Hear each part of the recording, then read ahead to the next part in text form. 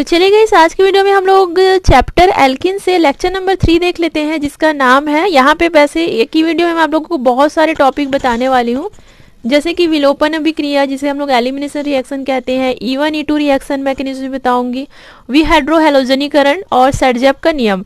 तो ये जो 4 टॉपिक है वो वेरी इंपॉर्टेंट है इस चैप्टर से, खास करके जो सेडजेप का नियम है और E1 E2 रिएक्शन मैकेनिज्म, इसमें से कोई भी एक टॉपिक आपके एग्जाम में आ सकते हैं। तो एक ही वीडियो में आपके ये सारे टॉपिक कंप्लीट होने वाले हैं। तो चलिए स्टार्ट करते हैं गाइस। इसके अलावा एल्किन चैप्टर का अलग से प्लेलिस्ट बना हुआ है मेरे चैनल पे, उसका लिंक मैंने नीचे डिस्क्रिप्शन बॉक्स में डाल करके रखा हुआ है, या फिर BSc first year organic chemistry के बहुत सारे वीडियो चैनल पर अपलोड हो चुके हैं, जिसका लिंक भी मैंने डिस्क्रिप्शन बॉक्स में ही डाल करके रखा हुआ है।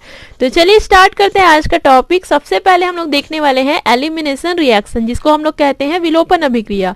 तो बीएससी फर्स्ट ईयर के ऑर्गेनिक केमिस्ट्री के पहले यूनिट में सारे अभिक्रिया के बारे में मैंने आप लोगों को पहले ही बताया हुआ था, योगात्मक अभिक्रिया, विलोपन अभिक्रिया और भी बहुत सारी अभिक्रियाएं हैं। तो उसमें से एक है विलोपन अभिक्रिया, जिसको हम लोग एलिमिनेशन रिएक्शन कहते हैं। तो बहुत ही सिंपल है, जब किसी एक ही मॉलिक्यूल से 2 एटम बाहर निकल जाते हैं तो उसको हम लोग विलोपन अभिक्रिया कहते हैं। जैसे कि जब किसी एक ही मॉलिक्यूल में से 2 एटम निकल जाते हैं तो इस अभिक्रिया को विलोपन या फिर एलिमिनेशन रिएक्शन कहते हैं। एलिमिनेशन मतलब आप क्या समझते हो? एलिमिनेट हो जाना, बाहर निकल जाना। जैसे कि यहाँ पे हम लोगों ने एग्जाम्पल के लिए एक मॉलिक्यूल लिया हुआ है, कोई भी मॉलिक्यूल हम लोगों ने लिया हुआ है, हम लोग यहाँ पे किसी अभिकर्मक का यूज करते हैं, किसी रिएजेंट का यूज करते हैं। उसके बाद ये 2 जो आपका शो हो रहा है ए और बी, जस्ट एग्जाम्पल मैंने लिखा हुआ है, ए और बी एटम यहाँ से बाहर निकल जाते हैं। जैसे ये दोनों एटम यहाँ से बाहर निकलते हैं, कार्बन कार्बन के बीच क्या आ जाता है? डबल बॉन्ड आ जाता है। और कार्बन कार्बन के बीच जहां भी डबल बॉन्ड है मतलब वो क्या है? एल्किन है। तो एल्किन के बनने के लिए भी विलोपन अभिक्रिया वेरी इंपॉर्टेंट है इस चैप्टर में। अगर आप लोगों को याद नहीं आ रहा है कि हम लोग कैसे एल्किन बनाएं, तो एल्किन बनाने की विधि में भी आप लोग विलोपन अभिक्रिया लिख सकते हो। जब हम लोग विलोपन अभिक्रिया में 2 एटम को बाहर निकालते हैं, कार्बन से जुड़े 2 एटम बाहर निकलते हैं, तो कार्बन कार्बन के बीच डबल बॉन्ड आ जाता है और एल्किन का फॉर्मेशन हो जाता है। तो ये तो पहला हुआ विलोपन अभिक्रिया। इसी से रिलेटेड हम लोग विहाइड्रोहैलोजनीकरण देखने वाले हैं, जिसको हम लोग कहते हैं डिहाइड्रोहैलोजिनेशन। तो देखिए इसमें क्या कहा जा रहा है, जब किसी एल्किल हैलाइड को KOH के अल्कोहल से बने विलयन के साथ गर्म किया जाता है। तो यहाँ पे जो भी लिखा है उसे मैं आप लोगों को एग्जाम्पल के थ्रू बताऊंगी, तो आप लोगों को ज़्यादा अच्छे समझ में आएगा। तो देखो इसमें क्या कहा जा रहा है कि जब किसी एल्किल हैलाइड को KOH के अल्कोहल से बने विलयन के साथ गर्म किया जाता है, किसके प्रेजेंस में? C2H5OH के प्रेजेंस में। जब इसे पूरा गर्म किया जाता है, ये आपका क्या है? 2-ब्रोमोप्रोपेन, जो कि एल्किल हैलाइड कहलाता है। यहाँ पे हम लोग इसका रिएक्शन किसके साथ करा रहे हैं? KOH के अल्कोहल से बने विलयन के साथ करा रहे हैं। किसके प्रेजेंस में करा रहे हैं? C2H5OH के प्रेजेंस में क्या करा रहे हैं? तो देखिए यहाँ पे क्या होगा, देखो यहाँ पे हैलोजन एटम इस कार्बन के साथ जुड़ा हुआ है। हैलोजन मतलब यहाँ पे देखो ब्रोमीन। तो जिस भी कार्बन के साथ हैलोजन एटम जुड़ा होता है गाइस, उसको हम लोग क्या बोलते हैं? अल्फा कार्बन बोलते हैं। जैसे कि यहाँ पे देखो अल्फा मैंने लिखा हुआ है, तो वो आपका अल्फा कार्बन कहलाता है। अल्फा कार्बन के जस्ट बाद वाला जो कार्बन होता है वो आपका बीटा कार्बन कहलाता है। अल्फा कार्बन से आजू बाजू जो भी कार्बन जुड़े होते हैं वो बीटा कार्बन कहलाते हैं। तो ये आपका है 2-ब्रोमोप्रोपेन। तो जैसे हम लोग ये पूरा रिएक्शन करते हैं तो यहाँ से जो हैलोजन है उनका विलोपन हो जाता है, K के साथ Kbr बन के बाहर निकल जाते हैं, और यहाँ से जो OH है, OH- वो यहाँ से एक हाइड्रोजन एटम के साथ H2O का एक मॉलिक्यूल बना लेते हैं। खैर इसका जो भी मैकेनिज्म वगैरह हो रहा है मैं आप लोगों को आगे बताऊंगी, जब E1 और E2 बताऊंगी तो आप लोगों को अच्छे समझ में आ जाएगा। अभी सिंपली आप ये देखो कि ये जो K है वो इस Br के साथ बाहर निकल जाएंगे, Kbr। हैलोजन का यहाँ पर विलोपन हो रहा है और OH के साथ एक हाइड्रोजन एटम भी यहाँ से बाहर निकल जाएंगे। मतलब यहाँ से बीटा कार्बन के साथ जो हाइड्रोजन जुड़ा हुआ है वो यहाँ से बाहर निकल रहा है, और हैलोजन भी यहाँ से क्या हो रहा है? बाहर निकल रहा है। बचा क्या हमारे पास? CH3CH, और एक हाइड्रोजन बाहर निकलेगा तो कार्बन कार्बन के बीच क्या आ जाएगा? डबल बॉन्ड आ जाएगा। तो ये हमारा बन गया प्रोपीन। तो अगर आप लोगों को एल्किन बनाने की विधि अगर आप लोगों को एग्जाम में याद नहीं आ रहा होगा तो आप लोग ये वाला भी लिख सकते हो, विहाइड्रोहैलोजनीकरण की क्रिया के द्वारा भी एल्किन का, यहाँ पे देखो एल्किन का फॉर्मेशन हो रहा है। तो बहुत ही सिंपल है। सामान्यतः उस कार्बन को अल्फा कार्बन कहते हैं जिसमें हैलोजन एटम जुड़ा होता है, बता ही चुकी हूँ। उस कार्बन को हम लोग अल्फा कार्बन कहते हैं जिसके साथ हैलोजन एटम जुड़ा होता है। उस कार्बन को हम लोग बीटा कार्बन कहते हैं जो कि अल्फा कार्बन से जुड़े होते हैं। तो ये हमारा कंप्लीट होता है क्या, विहाइड्रो हैलोजनीकरण। जब किसी अल्किल हैलाइड को KOH के अल्कोहल में बने विलयन के साथ गर्म किया जाता है तब इसमें से हाइड्रोजन और हैलोजन का एक मॉलिक्यूल बाहर निकल जाता है। इस रिएक्शन में हाइड्रोजन हैलाइड का एलिमिनेशन होता है, इसलिए इस अभिक्रिया को विहाइड्रो हैलोजनीकरण की क्रिया कहते हैं। तो ये भी क्या है, एक प्रकार का एलिमिनेशन रिएक्शन है। आया समझ में आप लोगों को क्या क्या बताई मैं? पहला तो विलोपन अभिक्रिया और दूसरा विहाइड्रो हैलोजनीकरण। अब देखो थर्ड हम लोग देखते हैं सेडजेप का नियम, जिसे हम लोग कहते हैं सेडजेप रूल। तो बहुत ही सिंपल है सेडजेप रूल। उस बीटा कार्बन से हाइड्रोजन का एलिमिनेशन होता है जो न्यूनतम हाइड्रोजन एटम की संख्या से जुड़े रहते हैं, इसको सेडजेप का नियम कहते हैं। अब देखो यहाँ पे क्या कहा जा रहा है, मैंने जो आप लोगों को ये रिएक्शन बताया उसमें हाइड्रोजन का विलोपन, कौन से वाले हाइड्रोजन का विलोपन हो रहा है, कौन से वाले हाइड्रोजन का एलिमिनेशन हो रहा है, जो कि बीटा कार्बन से जुड़े हुए हैं। यहाँ पे देखो बीटा कार्बन वाले हाइड्रोजन का यहाँ पे एलिमिनेशन हुआ ना, तभी तो ये H2O बाहर निकला। यहाँ से एक H और यहाँ से OH, H2O बन के बाहर निकला। तो यहाँ पे हाइड्रोजन का जो विलोपन है, हाइड्रोजन को जो एलिमिनेशन है वो कौन से कार्बन से हो रहा है, जिसमें बीटा कार्बन से जो हाइड्रोजन बीटा कार्बन से जुड़ा हुआ है वही हाइड्रोजन यहाँ से बाहर निकल रहा है। तो यहाँ पे सेडजेप के नियम में ये कहा जा रहा है कि हाइड्रोजन का जो विलोपन है वो उस बीटा कार्बन से जुड़े अल्फा कार्बन के साथ होता है जिसमें कम से कम संख्या में हाइड्रोजन एटम उपस्थित हो। यहाँ पे जो CH3 है वहां से एक हाइड्रोजन यहाँ से बाहर निकला जो कि किसके साथ जुड़ा था, CH के साथ जुड़ा था, और CH में देखो सबसे कम हाइड्रोजन है। तो ये आपका सेडजेप का नियम कहलाता है। तो जो सेडजेप का नियम है उसमें ये आप लोगों को लिखना है, ये पूरा जो डेफिनेशन है वो लिखना है कि उस बीटा कार्बन से हाइड्रोजन का एलिमिनेशन होता है जो न्यूनतम हाइड्रोजन एटम की संख्या से जुड़ा रहता है। तो इसे सेडजेप का नियम कहते हैं। अब आप लोग सोच रहे हो कि सेडजेप का नियम इतना छोटा सा कैसा है, तो जी हाँ, सेडजेप का नियम बहुत ही छोटा सा ही है। अगर मान लो आपके एग्जाम में कभी सिंगल पूछा जाता है कि व्हाट इज सेडजेप का नियम क्या है, तो आप लोग ये सबसे पहले ये डेफिनेशन लिख देना, उसके बाद ये पूरा आपको विहाइड्रो हैलोजनीकरण पूरा लिखना है, ये पूरा एग्जाम्पल लिखना है, और ये पूरा एग्जाम्पल में आप लोगों को सेडजेप का नियम भी बताना है, क्योंकि सेडजेप के नियम में बस इतना ही है कि हाइड्रोजन का विलोपन किस तरीके से हो रहा है, बस वही बताना है। तो ये जो मैं शुरू से आप लोगों को बताई ना, एलिमिनेशन रिएक्शन, देन विहाइड्रो हैलोजनीकरण, देन सेडजेप का नियम, तो चाहे विहाइड्रो हैलोजनीकरण आएगा तो भी सेडजेप के नियम तक लिखना है, चाहे सेडजेप का नियम आए तो भी अभी तक मैं जितना बताई हूँ वो पूरा आप लोगों को लिखना है। यहाँ पे देखो मैं लिख दी हूँ, जो भी बच्चे नोट्स वगैरह लेते हैं मेरा उनके लिए है कि जो एग्जाम्पल है वो ऊपर है, केवल आपको सेडजेप का रूल इतना ही नहीं लिखना है, 2-3 लाइन ही लिख के नहीं आना है, पूरा एग्जाम्पल आप लोगों को लिखना है, विहाइड्रो हैलोजनीकरण का पूरा एग्जाम्पल लिखना है। क्लियर हुआ आपको? तो सेडजेप का नियम आपको समझ में आया, उस बीटा कार्बन से हाइड्रोजन का एलिमिनेशन होता है जो न्यूनतम हाइड्रोजन एटम की संख्या से जुड़ा रहता है, इसे सेडजेप का नियम कहते हैं। तो क्या क्या कंप्लीट हो गया अभी तक हमारा?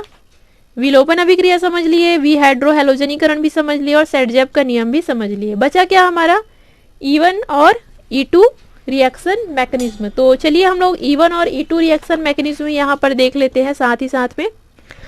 तो देखो ये जो E1 और E2 रिएक्शन मैकेनिज्म है वो 2 टाइप के होते हैं। E1 को हम लोग यूनिमोलिकुलर या फिर एक अणुक कहते हैं, और जो E2 होता है उसको हम लोग बायोमोलिकुलर या फिर द्विअणुक कहते हैं। तो चलिए देखते हैं। तो यहाँ पे मैं सबसे पहले तो सिंपली आप लोगों को छोटा छोटा रिएक्शन बता रही हूँ कि इसमें क्या होता है, देन पूरा मैं आप लोगों को यहाँ पे मैकेनिज्म बताऊंगी E1 और E2 का। तो E1 रिएक्शन मैकेनिज्म में देखो यहाँ पे हम लोगों ने कोई भी एग्जाम्पल लिया हुआ है, जैसे कि एल्किल हैलाइड हम लोगों ने यहाँ पे लिया हुआ है, एल्किल हैलाइड का ही मैं आप लोगों को E1 और E2 रिएक्शन बता रही हूँ। तो देखो यहाँ पे क्या है, कार्बन के साथ एक हाइड्रोजन जुड़ा हुआ है और इस कार्बन के साथ एक हैलोजन एटम जुड़ा हुआ है। तो E1 रिएक्शन मैकेनिज्म में 2 स्टेप होता है। पहले स्टेप में ये X बाहर निकलेगा, X बाहर निकलेगा तो यहाँ पे देखो कार्बन पे प्लस चार्ज आ जाएगा। दूसरे स्टेप में ये हाइड्रोजन बाहर निकल जाएगा। बस सिंपल है और कुछ भी नहीं है। E1 रिएक्शन मैकेनिज्म में E1 रिएक्शन मैकेनिज्म 2 स्टेप में कंप्लीट होता है। पहले स्टेप में हैलोजन बाहर निकलता है, X मतलब हैलोजन बाहर निकलता है। दूसरे स्टेप में हाइड्रोजन बाहर निकलता है, और जब ये दोनों बाहर निकल जाएंगे तो कार्बन कार्बन के बीच डबल बॉन्ड आ जाएगा। तो ये आपका E1 रिएक्शन मैकेनिज्म कहलाता है। मतलब इवन रिएक्शन कहलाता है। आगे मैं आप लोगों को और भी डिटेल में इसका मैकेनिज्म बताऊंगी। और E2 में क्या होता है, अलग अलग स्टेप नहीं होता है, एक ही साथ H और X जो है वो बाहर निकल जाते हैं और कार्बन कार्बन के बीच डबल बॉन्ड आ जाता है। तो चलिए दोनों को मैं आप लोगों को अच्छे से बताती हूँ विथ एग्जाम्पल। तो यहाँ पे देखिए इवन रिएक्शन मैकेनिज्म हम लोग देखेंगे। अगेन हम लोगों ने यहाँ पे लिया हुआ है कोई मॉलिक्यूल एग्जाम्पल के लिए लिया हुआ है RCH, जिसमें एक हेलोजन एटम जुड़ा हुआ है। तो यहाँ पे हम लोग C2H5OH के प्रेजेंस में ये रिएक्शन पूरा करा रहे हैं। तो पहले स्टेप में मैं क्या बताई थी आप लोगों को, इवन में क्या निकलेगा, यहाँ से X हेलोजन एटम यहाँ से बाहर निकलेगा। तो जैसे ये X यहाँ से बाहर निकलेगा जो कि हेलोजन एटम है, कार्बन पे क्या आ जाएंगे, पॉजिटिव चार्ज आ जाएगा। तो यहाँ पे कार्बोकेटायन का फॉर्मेशन होता है। और जैसा कि इवन जो रिएक्शन मैकेनिज्म है उसमें 2 स्टेप होता है, मैंने शुरू में ही बताया था। फर्स्ट स्टेप आपका बनता है कार्बोकेटायन का बनना। तो यहाँ पे आप देख सकते हो जैसे ये हेलोजन यहाँ से बाहर निकला तो कार्बन में क्या आ गया, प्लस चार्ज आ गया, जो कि कार्बोकेटायन कहलाता है। तो पहले स्टेप में कार्बोकेटायन का निर्माण होता है। दूसरे स्टेप में H प्लस भी बाहर निकलेगा। मैंने यहाँ पे बताया था ना शुरू में आप लोगों को कि इवन में क्या होता है, पहले X बाहर निकलता है, पहले स्टेप में X बाहर निकलता है। तो पहले स्टेप में जैसे ही X बाहर निकलता है हमारा कार्बोकेटायन बन जाता है, दूसरे स्टेप में H बाहर निकल जाएगा। तो देखो यहाँ पे कार्बोकेटायन तो पहले बन गया। अब अगेन यहाँ पे क्या होगा, ये H बाहर निकलेगा। कोई भी हम लोग यहाँ पे जैसे ये यहाँ से H बाहर निकलेगा, जैसे यहाँ पे CH3 है तो यहाँ पे मैंने CH2H करके लिखा हुआ है थोड़ा सा इजी करने के लिए। तो जैसे ये हाइड्रोजन यहाँ से बाहर निकलेगा ये बॉन्ड इधर शिफ्ट हो जाएगा और कार्बन कार्बन के बीच डबल बॉन्ड आ जाएगा। तो क्या बन जाएगा, देखो R, यहाँ पे हम लोग वीक बेस का यूज किए हुए हैं। तो यहाँ पे देखो क्या बचा आपका RCH double bond CH2, clear हुआ। तो यहाँ पर भी हमारा एल्किन का फॉर्मेशन होता है। तो ये बीटा कार्बन एलिमिनेशन रिएक्शन भी कहते हैं, क्योंकि यहाँ पे जो हमारा हाइड्रोजन है जो कि बीटा कार्बन से जुड़ा हुआ है उसी का यहाँ पर एलिमिनेशन हो रहा है। तो ये आपका इवन रिएक्शन मैकेनिज्म कहलाता है गाइस। तो इवन रिएक्शन मैकेनिज्म 2 स्टेप में कंप्लीट होता है। पहले स्टेप में कार्बोकेटायन बनते हैं और दूसरे स्टेप में हाइड्रोजन H प्लस जो है वो बाहर निकलते हैं। समझ में आ रहा है आप लोगों को। तो यहाँ पे देखो मैंने लिखा हुआ है फर्स्ट स्टेप थोड़ा सा स्लो होता है, इसमें केवल एक ही मॉलिक्यूल भाग लेता है, इसलिए इसे यूनिमॉलिक्यूलर रिएक्शन या फिर एक अणु अभिक्रिया कहते हैं और इसमें कार्बोकेटायन बनते हैं। तो इवन रिएक्शन समझ में आया आप लोगों को। 2 स्टेप में कंप्लीट होता है। पहले स्टेप में कार्बोकेटायन बना, दूसरे स्टेप में H प्लस भी बाहर निकल गया। अब देखो E2 का मैं बता देती हूँ, फिर ये आप लोगों का टॉपिक कंप्लीट हो जाएगा। तो देखो E2 रिएक्शन मैकेनिज्म में अगेन मैंने कोई एग्जांपल लिया हुआ है। यहाँ पे देखो X है ना, इसमें कंफ्यूज मत होना, ये क्या है, हेलोजन है जो कि कार्बन से जुड़ा हुआ है, अल्फा कार्बन है, और ये क्या है, बीटा कार्बन है। तो यहाँ पे हम लोग स्ट्रॉन्ग बेस का यूज करेंगे। मैंने क्या बताया था E2 में कि एक ही स्टेप में ये क्या हो जाता है, कंप्लीट हो जाता है। इवन में हम लोग क्या देखे, 2 स्टेप में कंप्लीट हो है, बट E2 में क्या होता है, एक ही स्टेप में कंप्लीट हो जाता है। एक ही स्टेप में ये आपका X भी बाहर निकल जाएगा, ये आपका H भी यहाँ से बाहर निकल जाएगा। क्या यूज करेंगे हम लोग, स्ट्रॉन्ग बेस का यहाँ पर यूज करेंगे। तो देखो यहाँ पे एक ट्रांजिशन स्टेट आता है, हालांकि एक ही साथ बाहर निकलेगा, बट मैं बता रही हूँ ट्रांजिशन स्टेट या फिर संक्रमण अवस्था क्या होता है। तो देखो जैसे हम लोगों ने यहाँ पे स्ट्रॉन्ग बेस का यूज किया, ये जो B है मतलब बेस की भी यहाँ पे बात हो रही है, वो इस हाइड्रोजन को लेकर के यहाँ से बाहर निकल जाएंगे और ये X भी यहाँ से बाहर निकल जाएगा। तो यहाँ पे मैंने जो एकदम स्मॉल डॉट किया है उसका मतलब ये है कि ये जो अब जो CH2 है वो इस H मतलब ये जो बॉन्ड है वो यहाँ से ब्रेक हो रहा है और यहाँ पे डबल बॉन्ड नया बॉन्ड बनने वाला है और ये X भी यहाँ पर ब्रेक होने वाला है। तो इसको हम लोग बड़े से ब्रैकेट में लिखते हैं जिसको ट्रांजिशन स्टेट कहते हैं। तो ट्रांजिशन स्टेट के बाद सिंपल आप लोग X और H को यहाँ से बाहर निकाल देना, कार्बन कार्बन के बीच डबल बॉन्ड आ जाएगा। मतलब यहाँ पे एक ही स्टेप में ये हाइड्रोजन और हेलोजन जो है वो बाहर निकल जाते हैं। इसको हम लोग E2 रिएक्शन मैकेनिज्म कहते हैं। यह सिंगल स्टेप रिएक्शन होता है, इसमें कोई कार्बोकेटायन नहीं बनता। इसमें कोई कार्बोकेटायन बन रहा है क्या, नहीं, पहले में क्या बन रहा था, कार्बोकेटायन बन रहा था। यहाँ पर कोई भी कार्बोकेटायन नहीं बनेगा। इसे अल्फा बीटा एलिमिनेशन भी कहते हैं। इसमें संक्रमण अवस्था भी होते हैं। संक्रमण अवस्था मतलब ट्रांजिशन स्टेट की बात हो रही है। ये कुछ नहीं है गाइस, ये कुछ भी अलग से नहीं है, बस सिंपल इसमें जैसे कि ये ब्रेक हो रहा है, ये नया बॉन्ड बन रहा है, उसी को बस डॉट डॉट करके दिखाया और ऐसा कुछ भी नहीं है। अगर आपको इसको नहीं लिखना है खैर लिख देना, क्योंकि संक्रमण अवस्था भी बताना पड़ेगा। तो मैं बोल रही थी डायरेक्ट अगर आप लोग स्ट्रॉन्ग बेस का यूज करके दोनों को बाहर निकाल देना, कार्बन कार्बन के बीच डबल बॉन्ड लगा देना, हो गया आपका E2 रिएक्शन मैकेनिज्म। तो समझ में आ गई आज का पूरा टॉपिक। ये चारों हम लोगों का कंप्लीट होता है, विलोपन अभिक्रिया, E1 E2, विहाइड्रोहैलोजनीकरण और सेटजेप का नियम। एक बार और बता रही हूँ, सेटजेप का नियम आएगा तो पूरा विहाइड्रोहैलोजनीकरण। तो क्लियर हो गई आज का टॉपिक। आई होप आज का वीडियो भी आप लोगों के लिए हेल्पफुल रहा होगा and thank you so much guys for watching.